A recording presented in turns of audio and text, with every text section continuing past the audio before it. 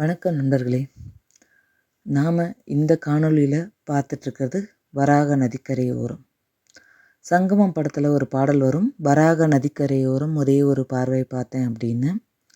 அந்த வராக நதி ஏதோ ஒரு ஓமையோ உருவமோ எடுத்து கையாண்டிருக்காருன்னு நினச்சிருப்போம். ஆனால் உண்மையிலேயே அப்படி ஒரு நதி நம்ம தமிழகத்தில் இருக்குது. அதுவும் தேனி மாவட்டம் பெரியகுளத்தில் இருக்குது.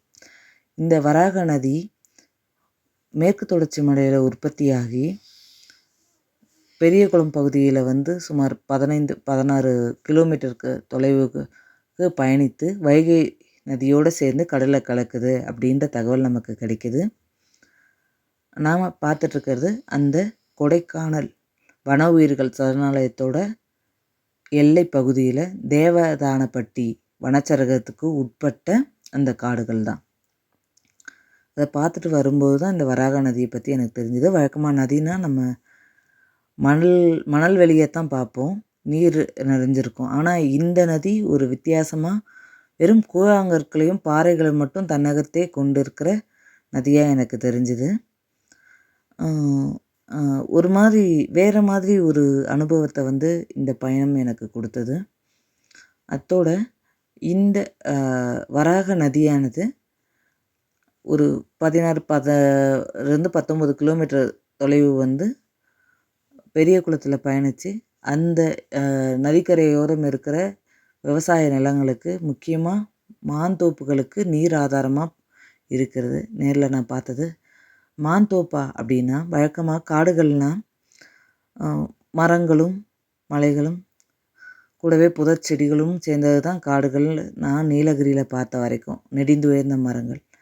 அதுக்கு நேர் எதிர்மாறாக இங்கே பல வகைப்பட்ட மாமரங்கள் அமைந்த மாந்தோப்புகள், இல்லை இதை மாங்காடு அப்படின்னு சொல்கிறது தான் பொருத்தமாக இருக்கும். அதை நான் இங்கே பார்த்தேன். 2 பக்கமுமே அடர்ந்த மாங்காடுகள். அந்த காடுகளுக்கு வேலிகளாக கற்களை போட்டு வேலிகள் அமைச்சிருக்காங்க. அதோட மின்சார வேலிகளும் அமைஞ்சிருக்காங்க. ஏன் அதை அமைச்சிருக்காங்கன்னா, மாலை பொழுதில் அந்தி பொழுதில் நிறைய காட்டு மாடுகள் இதுக்குள்ளே வரும். அது பாதுகாப்பு இல்லை இங்கே பண்ணை வேலைகள் செய்கிறவங்களுக்கு அப்படின்றதுனால தான் அமைச்சிருக்கோம் அப்படின்ற மாதிரி தகவல் சொன்னாங்க. அந்த மின்சார வேலிகள் பார்க்கும்போது தான் மனசு கொஞ்சம் வருத்தமாக இருந்தது.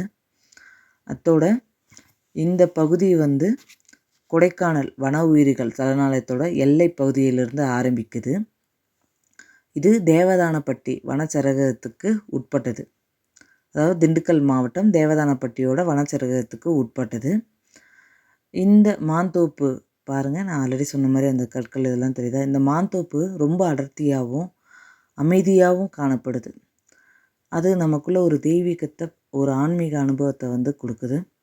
இங்கே இயற்கையாகவே இந்த மாந்தோப்புக்குள்ளே அமைந்திருக்கிற அந்த பாறைகள் மேலே உட்காந்து வாசிக்கிறதும் எழுதுறதும் அது ஒரு மிகப்பெரிய வரமாக எனக்கு தோணுச்சு. ஆனால் எனக்கு அது வாய்க்கலை. ஒரு ஏக்கத்தோடு தான் இந்த பகுதியிலேருந்து நான் கடந்து வந்தேன். அதோட இங்கே வெளியூர் ஆட்கள் அனுமதிக்கப்படுறதில்ல. உள்ளூர் ஆட்கள் கூட்டிகிட்டு வரவங்க மட்டும்தான் அனுமதிக்கப்படுறாங்க. ஏன்னா பாதுகாப்புக்காக எந்த நேரம் மாடுகள் தாக்கும் அப்படின்னு தெரியாது அப்படின்றாங்க.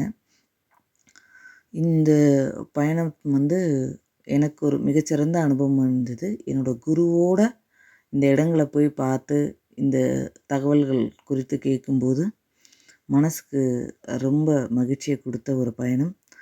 நீங்களும் உங்களுக்கும் இதை பிடிச்சிருக்குன்னு நினைக்கிறேன். இன்னொரு காணொளியில் சந்திப்போம். நான் மதியொலி. நன்றி, வணக்கம்.